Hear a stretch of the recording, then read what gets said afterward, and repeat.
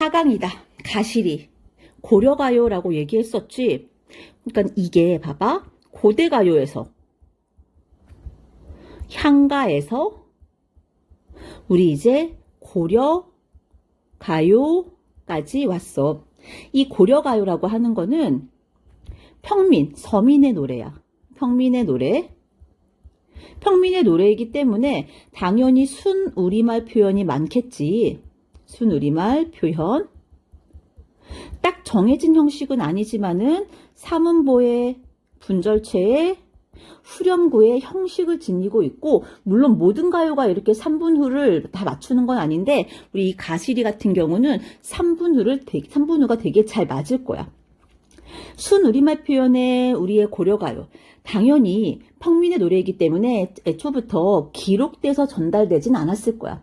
이게 입에서 입으로 구전되다가 나중에 훈민정음 창제 이후에 궁중의 음악으로 받아들여지면서 그때 훈민정음으로 기록되었어. 그러니까 그때 이제 기록되다 보니까는 뭐 잘못 표기된 거 또는 생략된 거 또는 덧붙여지는 거 이런 것들이 당연히 있겠지. 자, 가실이라고 하는 건 굉장히 유명한 고려가요고, 이 가실이라고 하는 거는 누구나 한 번쯤은 들어봤을 거야, 그치? 자, 시작해 볼게.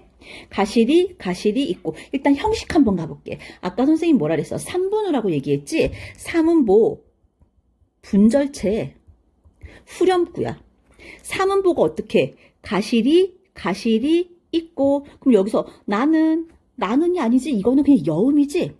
버리고, 가실이 있고, 이렇게 3음보가 되는 것이고, 글자 수 가볼까요? 글자 수가 세 글자, 두 글자. 우리가 332조라고 얘기해. 가시리는 이렇게 이런 부분에 있어서 형식성으로 굉장히 완벽한 형식을 지니고 있다. 자, 여기에 나는이란 말 보세요. 이거 우리 학생들 만약에 내신에서 가시리가 나온다? 그럴 때 진짜 많이 나오는 게 뭐냐면은 이 나는이라고 하는 거.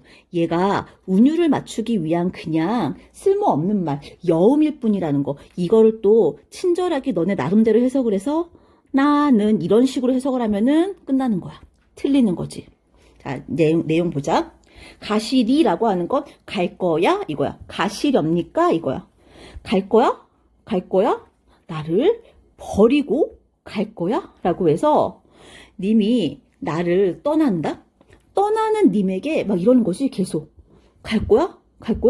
나 정말 버리고 갈 거야? 이렇게 이별의 상황에 대해서 계속 물음을 통해서 님한테 계속 님의 마음을 확인하는 거야. 근데 이거 생각해야지. 야, 왜 자꾸 확인하는 거야?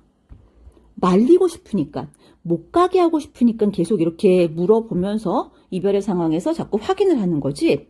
자, 갈 거야? 버리고 갈 거야? 자, 후렴구 위 증질가. 자, 여기까지는 얘들아 요렇게 한번 해봐. 여기까지는 악기 소리다. 악기 소리의 의성어고, 아까 선생님이 했던 말, 고려가요는 구전되다가 궁중의 음악으로 수용되면서 그때 기록이 되었어.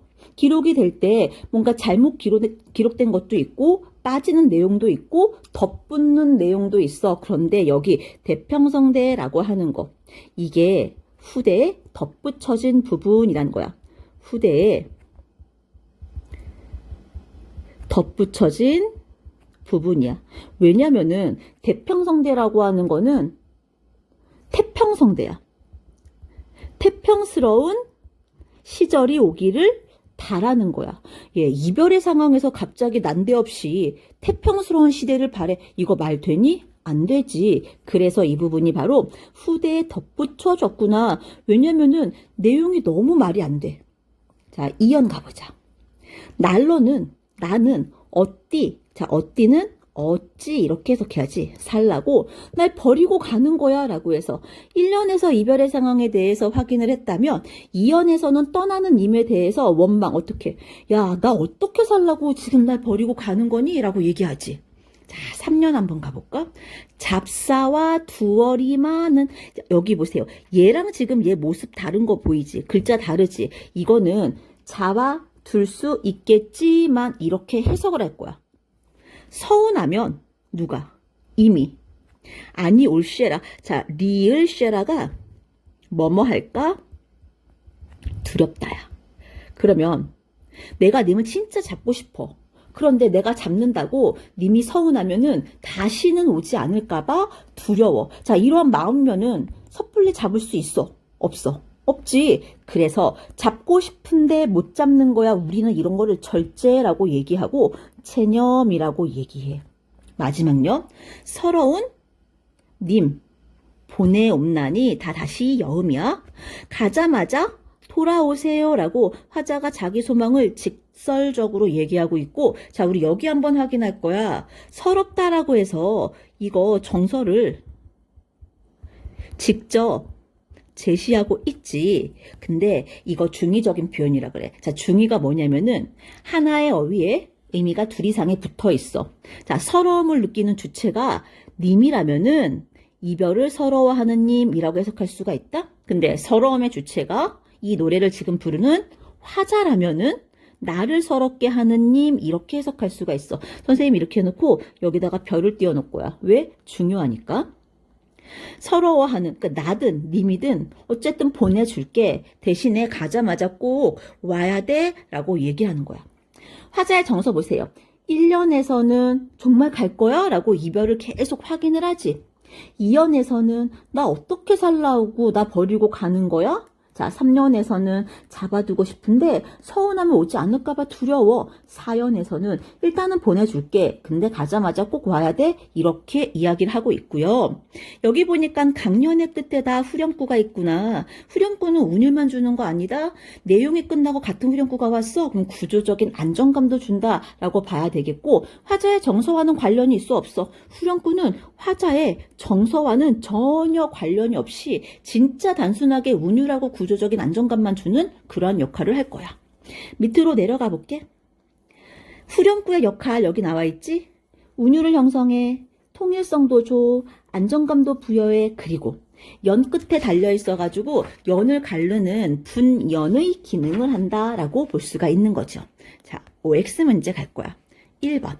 화자는 의문을 통해, 이거 1년에 나와 있지? 2연에도 나와 있지? 이별의 원인이 제3자한테 있고, 예, 이별은 하지만은 이별의 원인이 어디에 있는지는 나와 있지 않아? 그래서 요거는 X. 자, 2번. 화자의 욕망은 뭐였어? 님이 가지 않기를 바라고, 그래서 잡고 싶어. 근데 염려, 즉 걱정은 뭐였어? 님이 서운해하면 오지 않을까봐 두려워. 이게 바로 욕망과 염려에 서로 상충되는 부분이야. 그래서 동그라미로 갈게. 이거 3년 내용이다. 자, 3번 가볼게. 화자는 임과의 관계가 미래에도 이어지기를 바라고 있기 때문에 가자마자 와야 돼 라고 얘기하고 있어. 이거 4연에서 할 수 있잖아. 맞는 말? 네 번째, 말 건네는 방식. 이거는 봐봐. 갈 거야? 갈 거야? 나 버리고 갈 거야? 이거 다 뭐니? 상대방한테 말하는 거잖아. 그래서 말 건네는 방식 사용했습니다. 그럼 님의 의중. 자, 의중이라고 하는 거는 속에 있는 생각이야. 님의 이 생각을 계속 확인합니다. 그러면서 맨 마지막에 가시는 듯 오셔 그랬어. 가자마자 와주세요 라고 돌아올 것을 당부하고 있는 거 맞는 말. 5번째, 의문 형식의 문장을 반복적으로 사용한 게 1년과 2년이었지. 그렇게 화자의 내면이 뭐였어? 이별을 확인을 하고 떠나는 님 원망하고 이런 거 드러났어? 맞는 말이겠네. 마지막, 중의적 표현이 뭐였냐면 서론이었어. 맨 마지막에 서론. 임과의 재회를 소망하는 의지. 잘 생각해 보세요. 중의적 표현은 자 위에서 여기가 중의적인 거였어. 그리고 재회를 기약하는 거는 그 다음 줄이지. 그럼 위치가 지금 안 맞잖아. 그래서 얘는 틀린 표현으로 가야 되겠네. X.